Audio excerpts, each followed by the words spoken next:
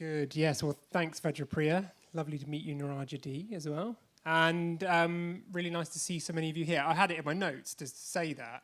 And it is nice, but it's also quite daunting, actually. There are a lot of you here in the tent. It's not exactly my comfort zone, but yeah, thank you so much for coming. On Thursday evening, when we all arrived, Vajrapriya said something about this session being something like the old reels that used to happen, a sort of showcase or a snapshot of things that we're doing across Triratna, across the world. And so that is what the essence of this session is going to be about. So you'll have all seen, as you've sat down, pledge cards. Vajrapriya said, we're going to ask you for money. You know that's coming. That's going to happen. But for now, at least for the next 40 minutes, something like that, you can pop the pledge cards to one side. Don't worry about that. Each session, each speaker is going to tell you in the ways in which you can help. But right at the very end, you'll have time to do the pledge card. So until then, do the pledge card if you choose to. But until then, just pop it to one side and just enjoy the session as it happens. Yeah. So as Vajrapriya said, I'm Kusala Raja. So I've worked for FutureDharma for the last 3.5 years. It's real privilege to work for FutureDharma. And yeah, the last time I was standing up here was just last year, when I was ordained just last year, so I stood up here then. So yeah, what we're going to do today, we've got, as I've said, 4 charities, but really what I want us to all think about that is they're not really 4 charities standing up in front of you. What you're going to have are just different aspects of our one movement, our one order, standing up and talking to you about what we're doing across the world and important things that we're up to. And in particular, we want you to imagine a time into the future. So we're looking forward and we're thinking about in 18 years' time when we reach our 75th order birthday, so 75 years since the founding of our order. And we want you to picture what you imagine our movement, Triratna, looking like in that time. And hopefully, what you see, or what you think about when you think about that, is a thriving Triratna movement. One in which, we're all interconnected, where people are coming along and being able to find the Dharma. And we can think about how we as an order contribute to that. So so we're going to be looking at 4 different aspects of that one vision today. And first up, Subhuti is going to come and talk to us about the work that FutureDharma are doing. So particularly, he recently has been to Mexico on a grant that FutureDharma provided. And he's going to be talking about the future in Mexico, in Latin America, where the Dharma, the Dharma's reached every corner of the globe, and it's spreading successfully and well in Mexico and in Latin America. So we gave a small grant to Subhuti. It was a small investment, but it's having some really big ripples. And so Subhuti's going to come and talk to us about that now.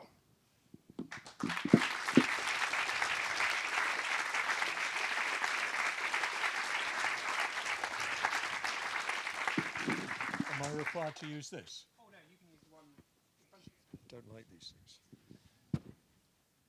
I probably don't need one at all. Nobody's ever complained about not hearing me. 30 years ago, FutureDharma was called Bhante. Bhante would dispose money to causes that he believed in. And 30 years ago, he gave money to Dhammachari, recently ordained, just 2 years ordained, Upekshamati. Where is he? And Upekshamati went back to Mexico, where he originated, after spending some time in Britain, and began our movement there 30 years ago, this year. And I want to pause just to rejoice in Upekshamati's merits. We don't see him here much. He has contributed a huge amount. The movement in Mexico is true Triratna. Actually, it's more true Triratna than it is here. It's very, very faithful to Bhante's vision There's no weirdness on the corners of it all. Well, there is weirdness, but that's just Mexico. And Upekshimati has very, very faithfully communicated Bante's vision, Bante's teaching. He's established the structures of the movement as Bante laid them out, and we now have some 65 order members there. Upekshimati used to send men and women to Cambridge to windhorse trading, and they trained up. Quite a number of them were ordained and came back to Mexico. But yes, he's achieved an enormous amount. One man, one set of donations. I don't know how long it lasted for, but Bante gave Upekshimati money over some years to support him. And on the basis of that relatively small amount of money, all of that has come. We have now 4 centers in Mexico, and we have a retreat center. We have groups in a number of different places in Mexico. It's very, very vital and thriving. So I want to stress what FutureDharma can do by funding somebody with that sort of drive and ambition and that sort of faith. So I want also just to take the opportunity to rejoice in Upekshimati. He's a very dear friend. I ordained him, so I'm extra proud. And he's very, very lively, energetic. He's an extremely effective teacher. And people mostly love him in Mexico, even those who don't love him too. Very, very effective as a Dhamma propagator. What he's done is second to none. There are very few of us who've achieved as much as he has done. So please, Upekshimati, just.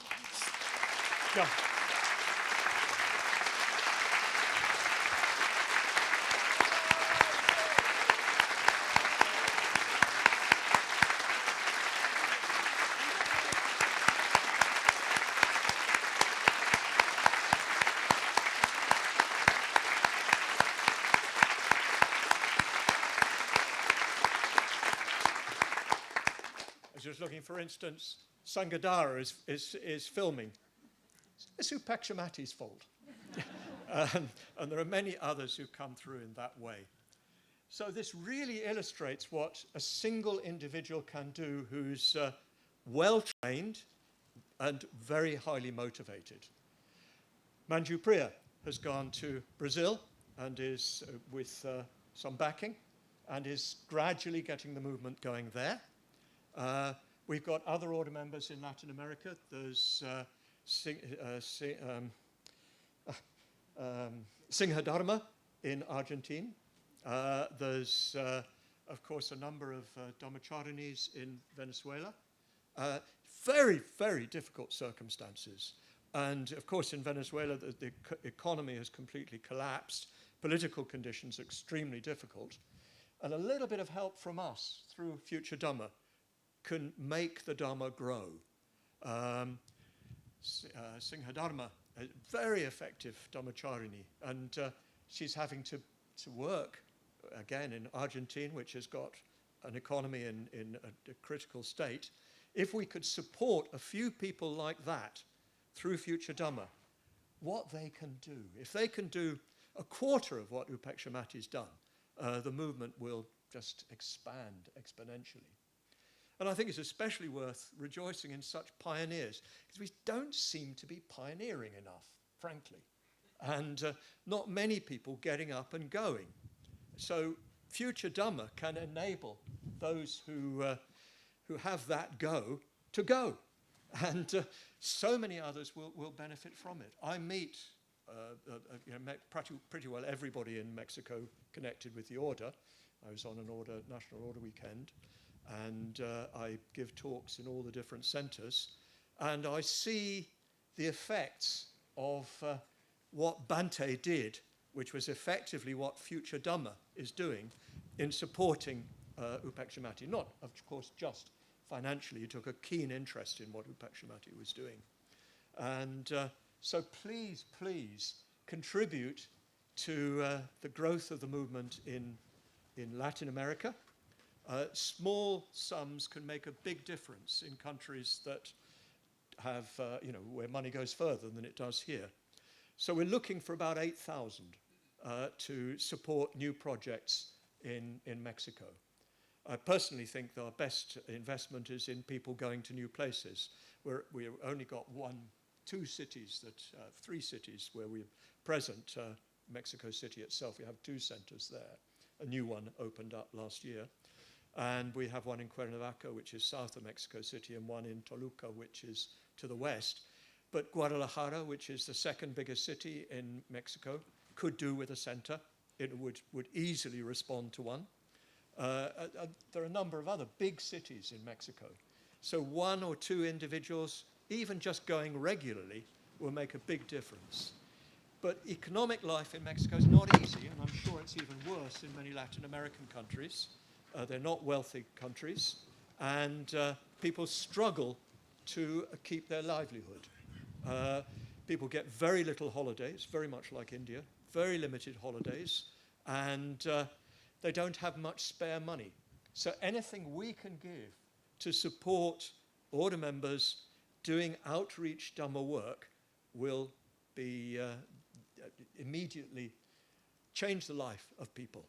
There's a great hunger in Latin America generally for the Dhamma.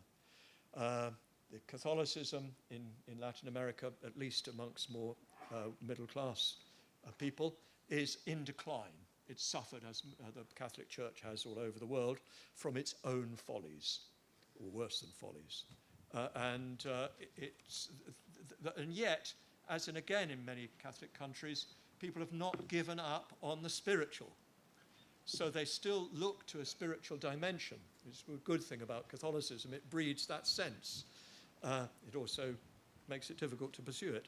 But if we go anywhere, there are people who respond, and in big numbers. And Mexicans, and I think it's true of other Latin Americans, are quite similar to Indians in their responsiveness. They have no shame about revering, which, of course, certainly in Britain, in Western Europe, is a much suspected quality, the ability to look up. People in Mexico do not mind. They don't care what the puja is about, they just love doing it. They don't have to be persuaded into it. They just do it. And I think those are the most fertile grounds for us, and we need to capitalize on them. I do think we need to be more strategic and apply our resources to places where those resources are going to have maximum effect. And I know from my own experience, my 3 recent visits to Mexico, there's enormous potential there, enormous potential. But that requires more upekshamatis, and that requires more Bantes, now taking the form of FutureDharma. FutureDharma has taken the place of Bante in distributing what surplus there is to greatest effect. So please, you know the formula. I'm hopeless at mathematics, so if 8 people gave £1,000, that would be what we need. If 16 people gave £500, it's no good. It's no good. I'm not the man for that. But you know what I mean. £10 will make a difference. £20 will make a bigger difference. Give what you can to this particular project. And I can assure you from my own direct experience, it will be put to good use. And many people will come to benefit from it. Thank you.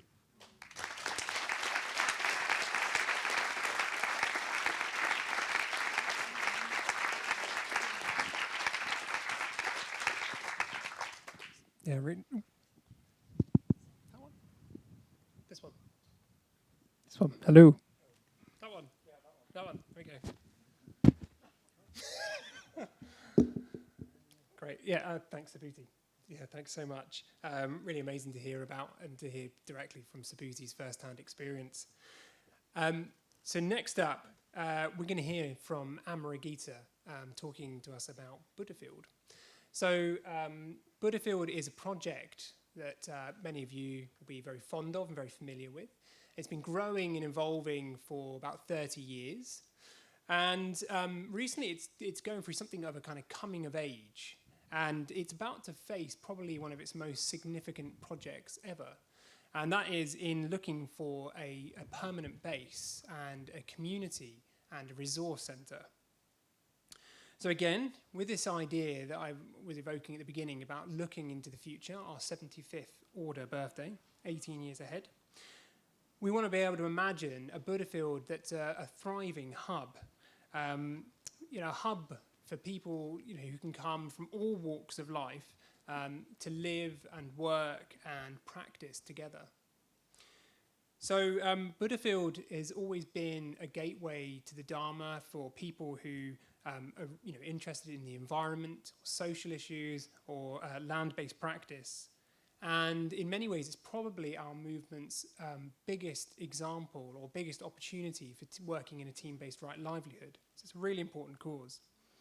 And Amaragita is now going to talk to us about what's happening with Buddhafield and the project, and also how we can help.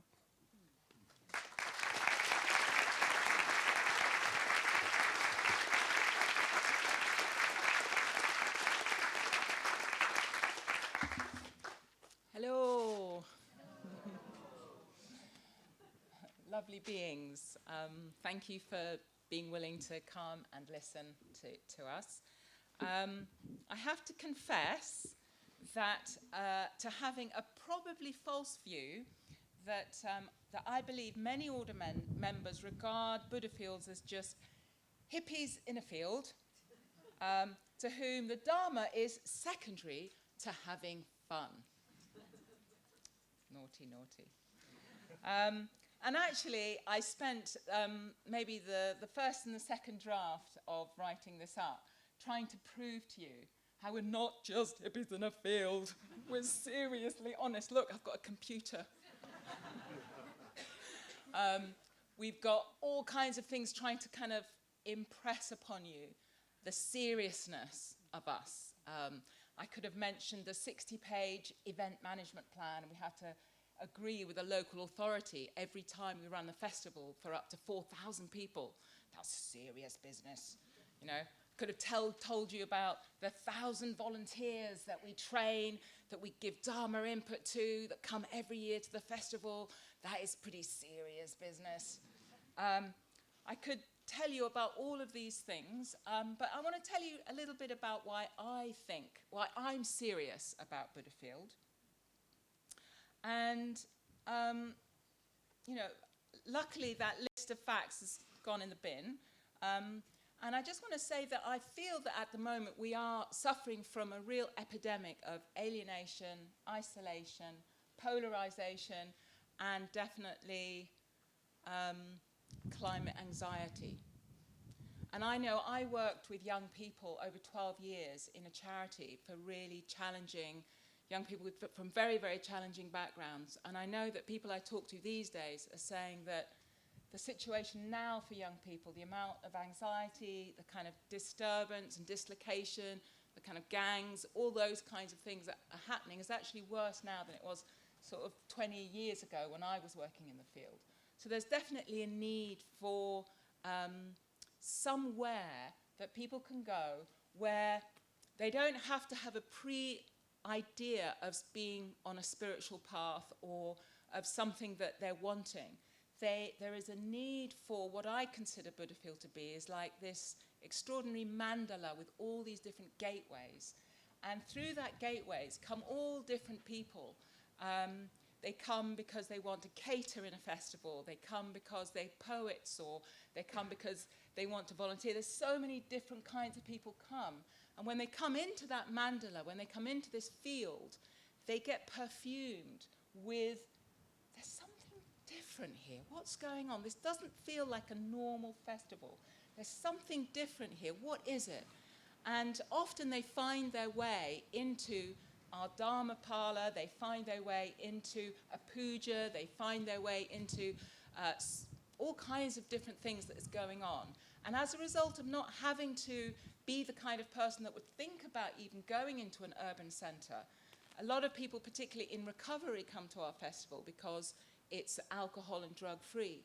And what happens is this extraordinary, diverse, motley crew, as well as, people who are, rich and famous, come and they feel and enjoy this quality of the people there, the presence there, of order members and mitras, and the whole thing organized in such a way that just gives people this sense of coming home, a sense of being able to connect with the land, a sense of opening their hearts, and a sense of being open to new dimensions of being.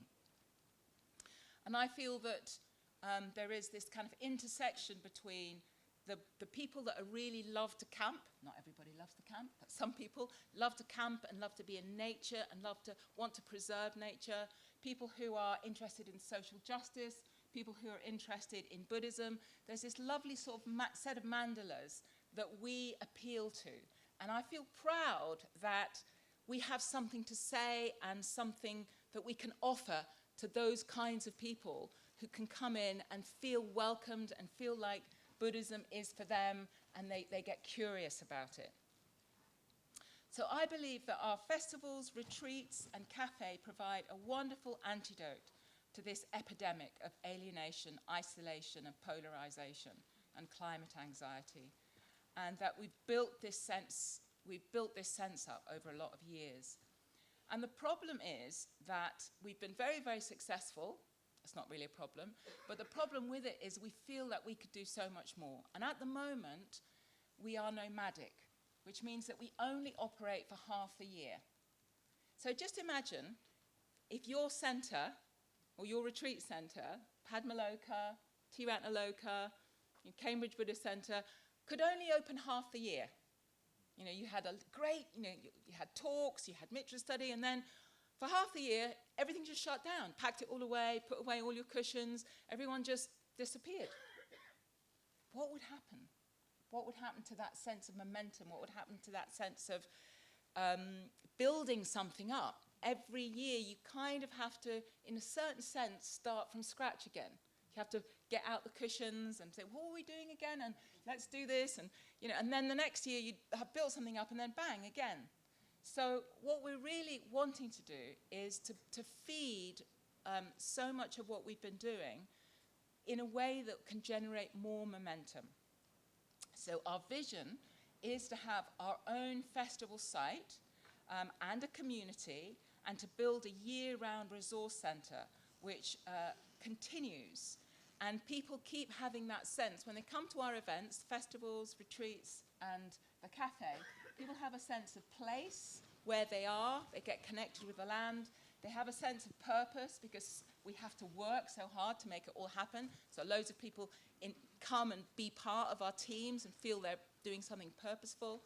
And then they have a sense of belonging. This keeps getting repeated to us over and over again, how much people feel this sense of belonging to something that feels wholesome, that term my daughter uses. It's so wholesome, Mum, so wholesome.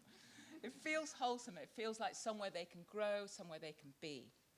And if we had such a place, we could have more money. Over 5 years, we've worked out we could save close to £200,000 by not renting the land that we use for the festival and the barns and the transport that we need every year. So we'd be saving over 5 years £200,000. It would give us more time to spend together, because at the moment we only can be face-to-face with each other half the year, so that we could spend time planning and developing our work, and it would triple the amount of time that we would have to make and mend and recycle the enormous amount of kit. I mean, we have a barn that's about the size of this, full of all the kit we need to run our events.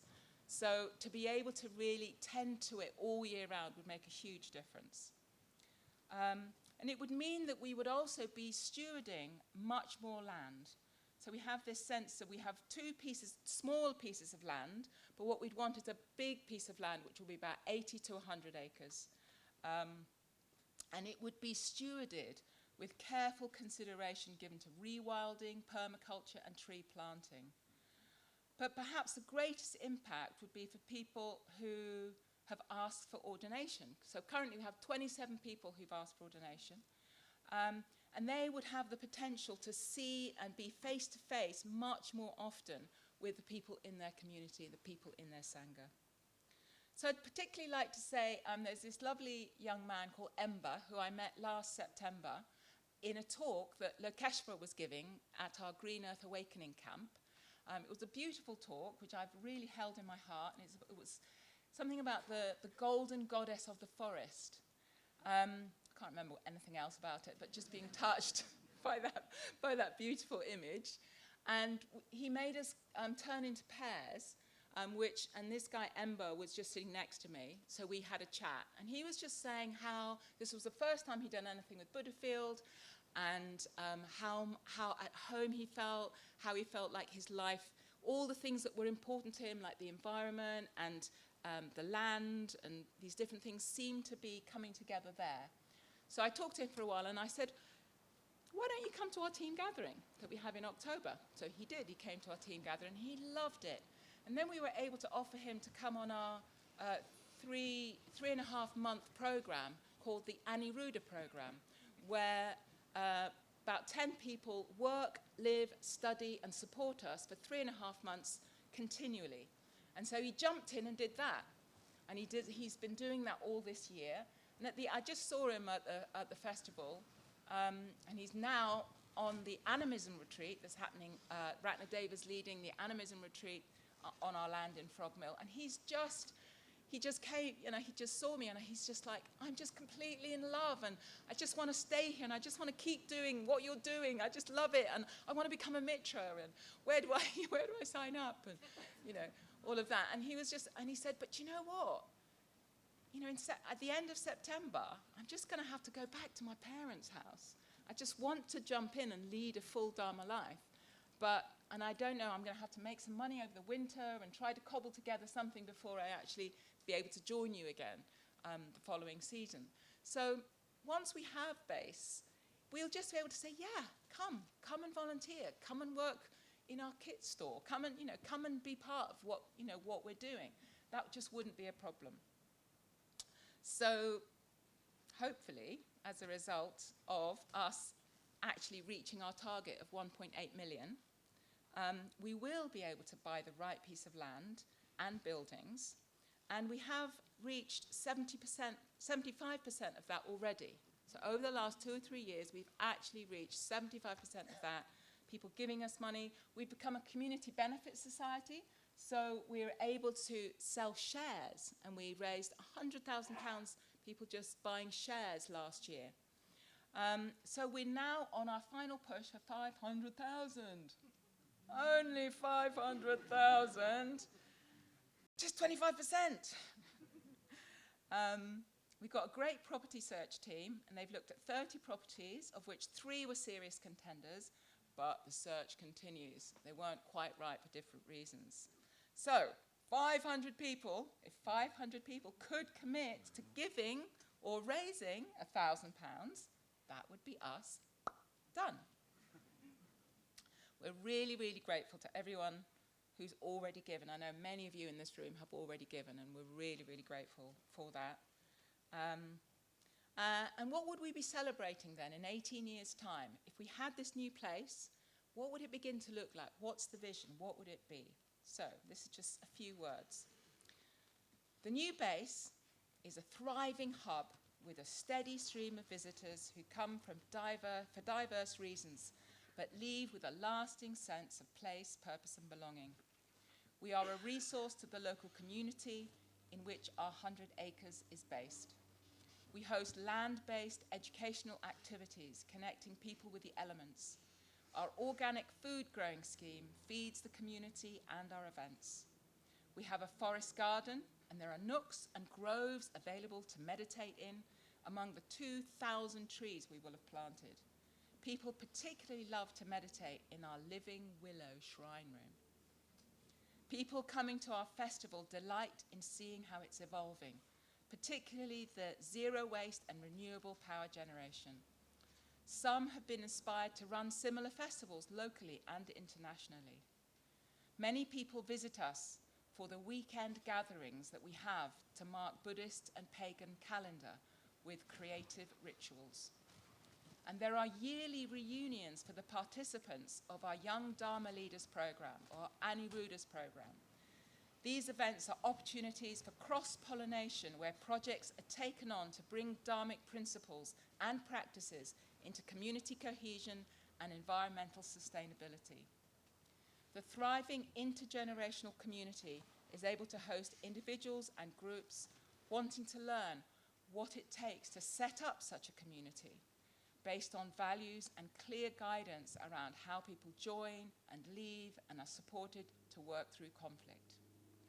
So, the fragrance of this perfect life spreads in all directions. So people no longer speak much about the new society. There's a new term, semi-monasticism.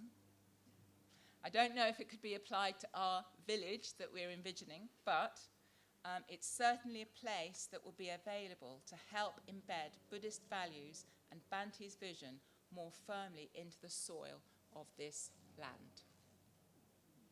So, thank you. Yeah, if you can give, please give. If you would like to buy shares, there's a place on the form to tick that you're interested in our share offer. You can give between £250 and £100,000. Some people might want to do that. You never know.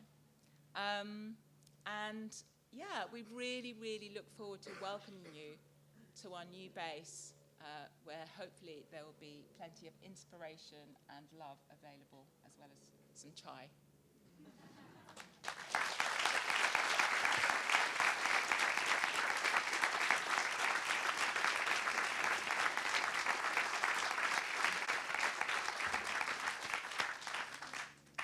Fantastic. So next, another cause that I know is close to very many of all your hearts. So again, looking forward still to this point, 75 years of our order. And we're now going to be thinking about our women's wing. So when we've reached our 75th order birthday, what does our women's wing look like? And what we hope would happen here, or what we hope you imagine here, is a thriving communities of ordained women all over the world, training and inspiring the next generation of practitioners. So it's Tiratanaloka that's at the heart of that vision. And all of the support that everybody has been giving so far and is giving now, that's what's going towards creating this vision for the future.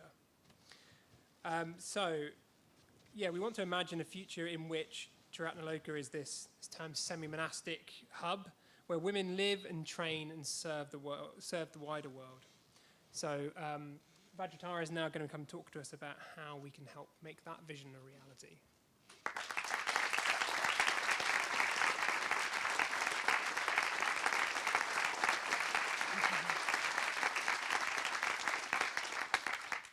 So I know, because a lot of you have come up to ask me what is happening about Triratnaloka. Well, one of the things I must say is that Triratnaloka is full to bursting. We've got our program coming out any minute now. It's so many, there's so much demand for our retreats that we have to send the dates out in advance so that people can look at their calendars, and then we tell them the date it's going to come out. Our program gets sold out within 4 hours. We're seriously worried that our computer system is going to crash as soon as we open the program. That is how many people want to come on retreat. We've got waiting lists that are at least as long as the people who are actually able to get on the retreat, if not twice as long.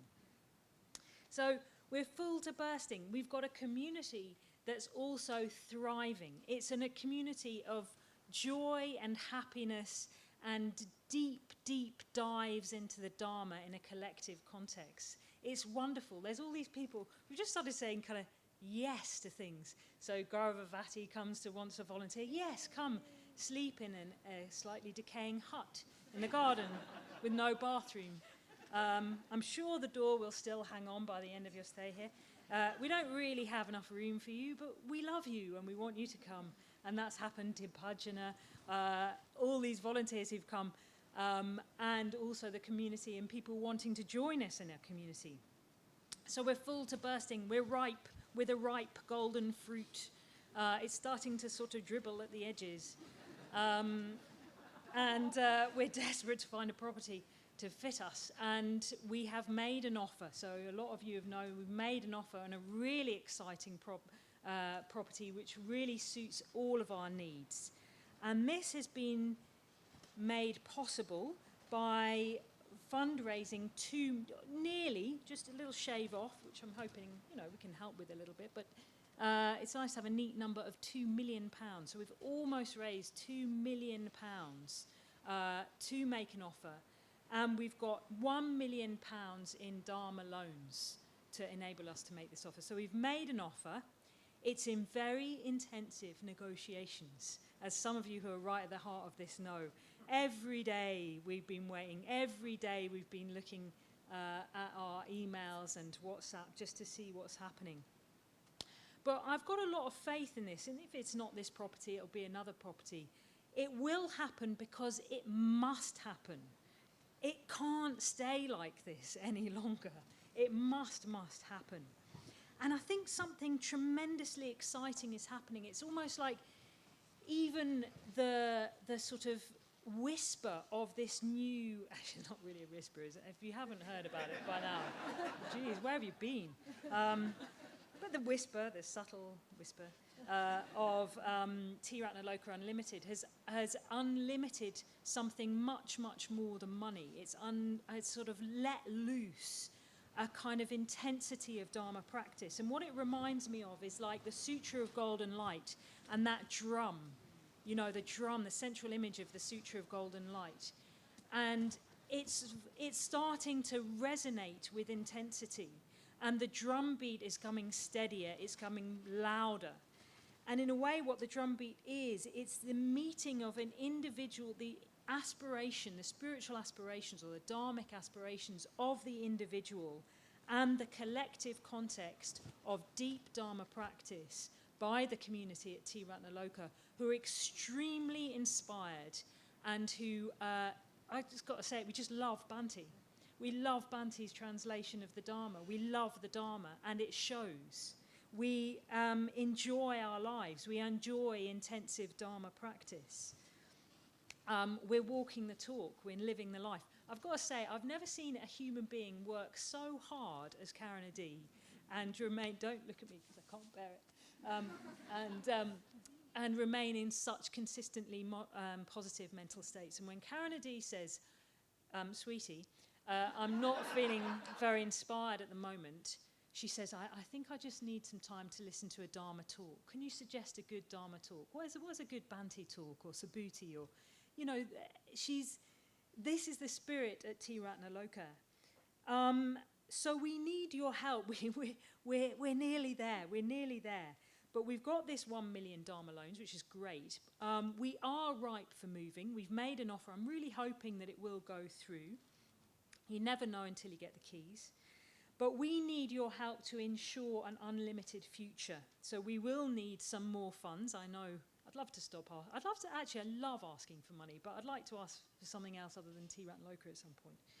But we do still need to ask for money. We need to ask for money to pay off loans, expand the capacity of the building, because it looks like whatever building we get, over time, we want to have room for expansion. We don't want to be in this position in 50 years' time. So we will need money to expand the capacity of the building, and we will need money to ensure energy efficiency. Most of these buildings are going out of business because they can't afford the heating. So what we're going to ask you for is, if you can give standing orders, that's great. A suggested amount might be £50 a month, but it's Tiratanaloka Unlimited, so don't let that limit you. I know that there's someone here who's giving £300 a month. So people have really responded so generously, and I know a lot of them are in this room. A lot of them are in this room.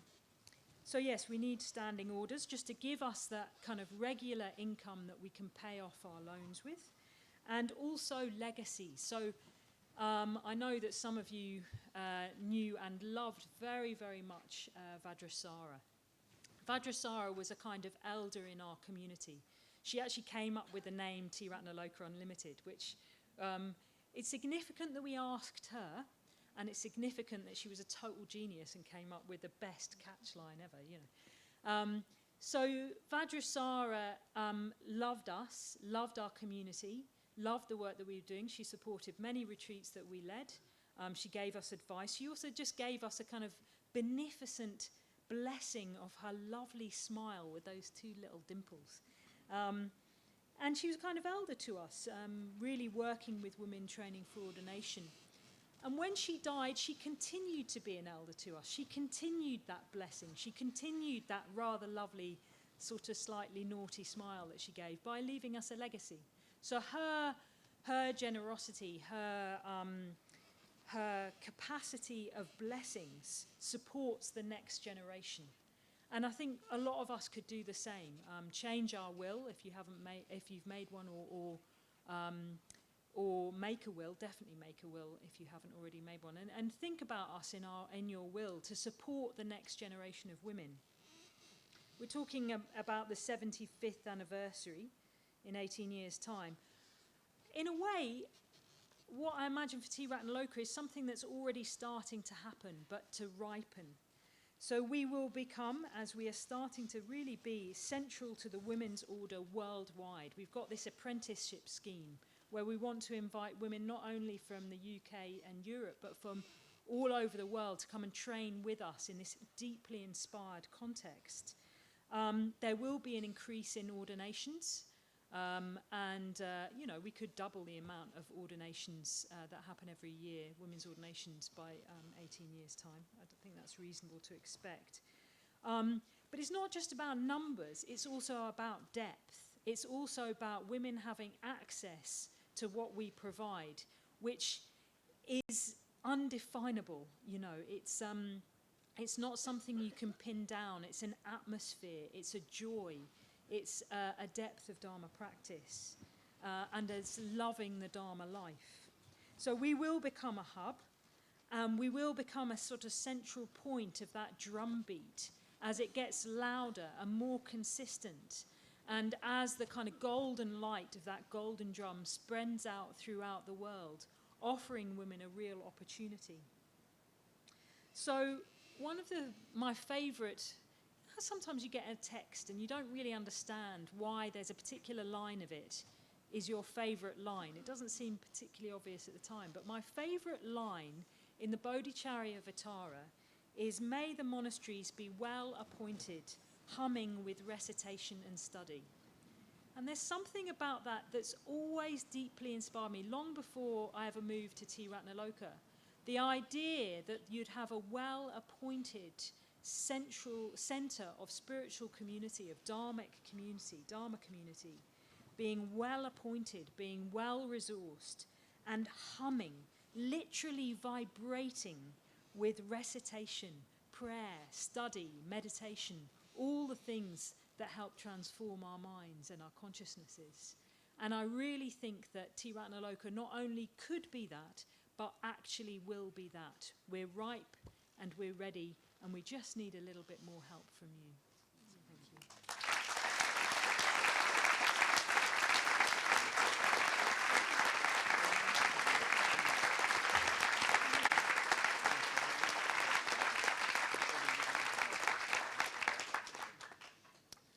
That's great. Okay, so again, we're still looking into our future, and another crucial aspect, very crucial aspect of our future, of course, is going to be how we care for those people who've dedicated their lives to the Dharma.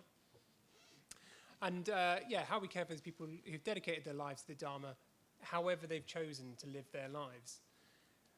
So as you can well imagine, as we can know and see around us, as our order grows and it ages, our needs evolve and change. So in 18 years, what we'd like, when we reach our 75th order birthday, is an order, a movement where every order member feels supported, no matter what challenges life might bring. So the Abhayaratna Trust has been working towards this vision for about the last decade, and particularly under Mahashrada's leadership, the Abhayaratna Trust has been able to expand its reach and is able to respond to the emerging sort of changing needs that our order is facing, and particularly in relation to housing and care for the elderly. So Mahashrada and Akasha Mitra are now going to come up and talk to us about what's happening with the Abhayaratna Trust and again how we can help.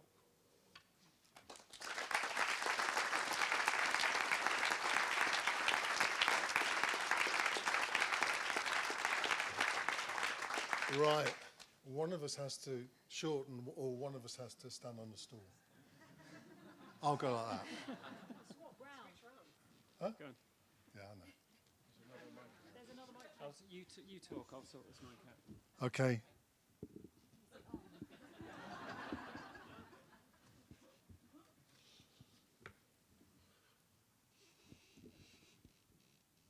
Maybe easier said than done. Easier said than done. No. He's wonderful, isn't he? Well, thank you very much. Thank you very much, Kusala Raja. Thank you very much, Subhuti. Thank you very much, Vajratara, and thank you very much, Amaragita. I think, sorry, Amaragita, sorry. Yeah, the order's in good hands, isn't it?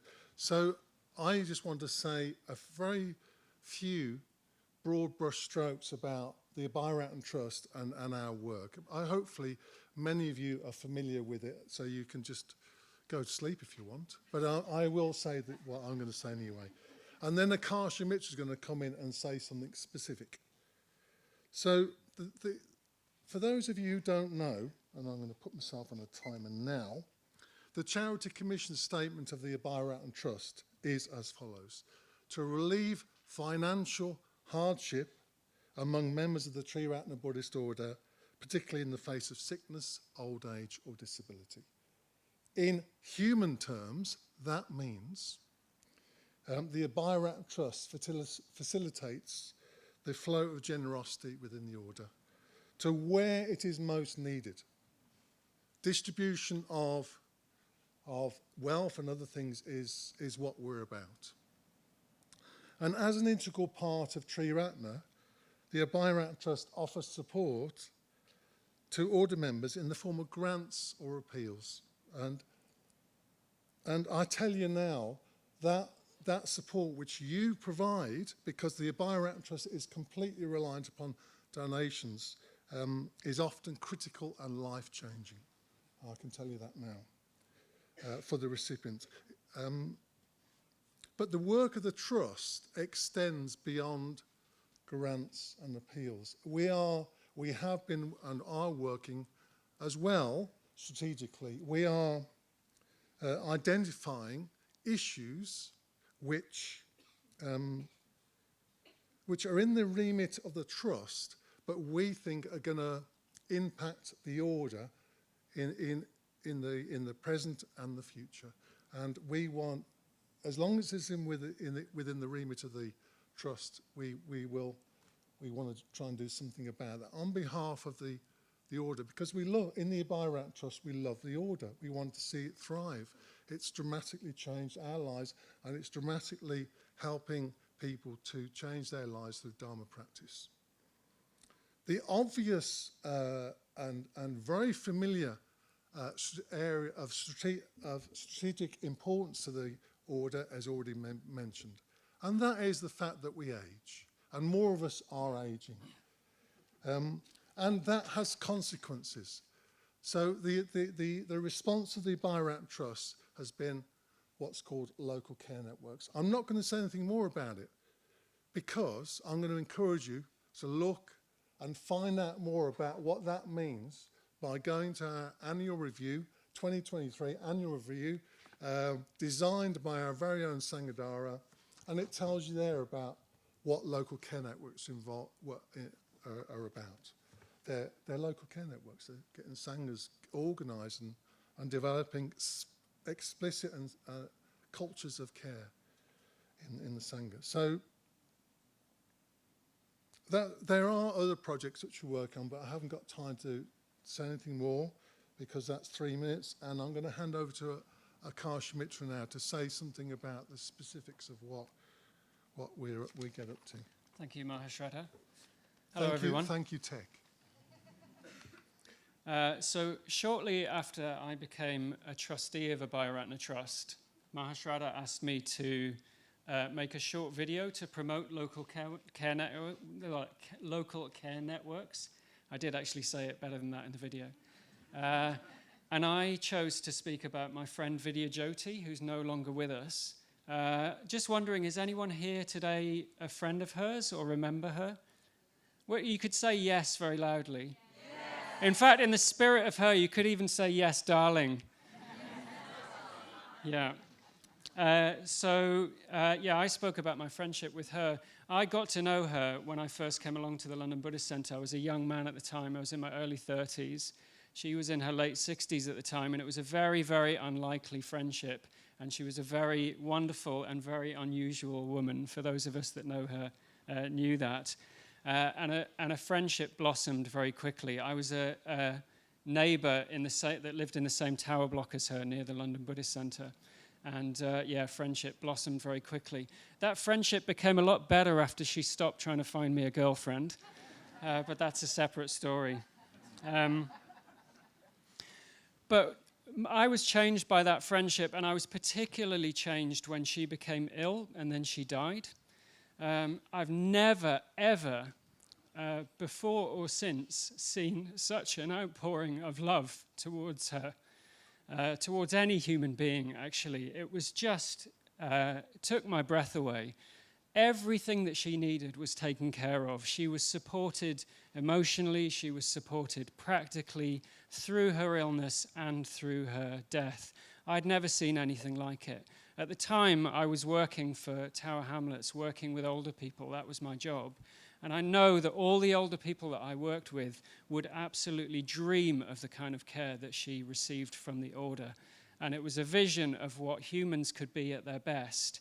And I was quite new to the LBC at the time, and I saw that's what the order was doing, and it completely inspired me. It had a very, very profound effect on me.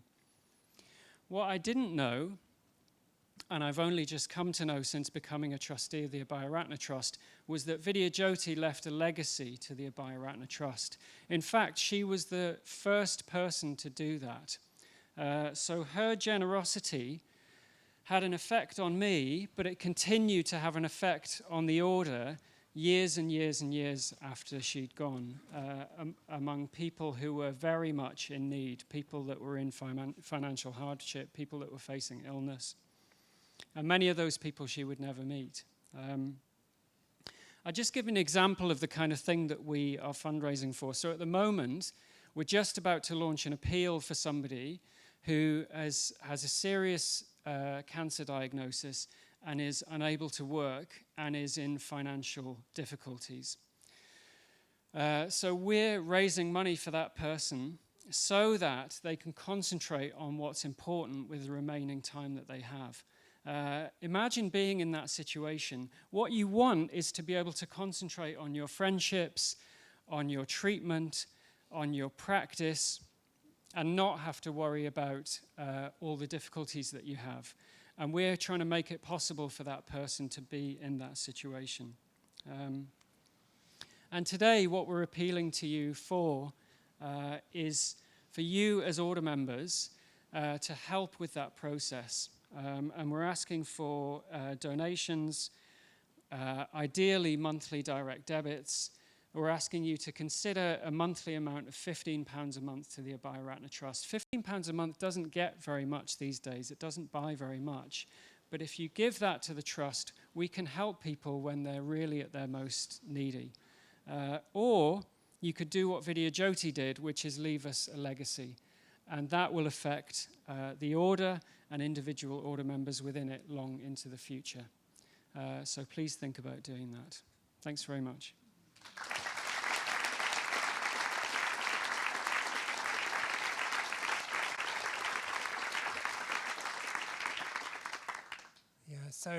Big thank you, Mahasrada and Akasha Mitra, but also thank you to all of you. It's a real privilege, actually. It's just like an honour to be up here with such fine people, like just a year into the order, and just suddenly sat here listening to you all of you speak, and just think, oh, gosh, now there's me. Okay, but yeah, thank you. And and thank you to all of you for listening today. So as I said, you've heard from 4 different projects, 4 different charities, if you will, but they're not. This isn't a competition. We're not asking you to think of one or the other or think of one thing over the other. This is one cause, one movement. This is our shared movement in order. But our future as a movement, our future as an order does depend on the support that you're all able to offer. Whether that's spreading the Dharma across the world with FutureDharma, whether it's creating a sustainable practice environment with Buddhafield, or empowering women in the order with Tiratanaloka, or ensuring the welfare of those who've given their life to the order with the Abhayaratna Trust. So they're not separate projects. It's one project, it's one thing that we're looking at. And it's a project that everyone in this tent is already really, really deeply involved with. It's something that we all really care about, of course. So you're invited to support that future now. So as I said earlier, you all have these pledge cards in front of you. You'll see that we're all of the charities you've heard from are on that pledge card sharing a space together. And you're invited to make a gift if you're able to. The first 2 boxes on each charity have a space for you to write a number for a single gift or a monthly gift. And then the last box, you can tick for more information about giving a legacy gift, or in the case of Buddhafield, it's finding out more about their shares and expressing an interest in their shares. So those are the practicalities. There are 2 bowls up here at the front of the shrine. I mean, you kind of know the process. We did this last night, didn't we, with Windhorse? So there are 2 bowls up here at the front of the shrine. And there are also 2 bowls that I believe, Suryanaga and Varabandhu are going to be holding so that you can place pledge cards in the bowls as you leave. And all that remains for me to say is just a really big thank you. A big thank you to all of you for listening to everything that's been said today. And a massive thank you in advance for your generosity and your support towards this vision of the future we've been talking about.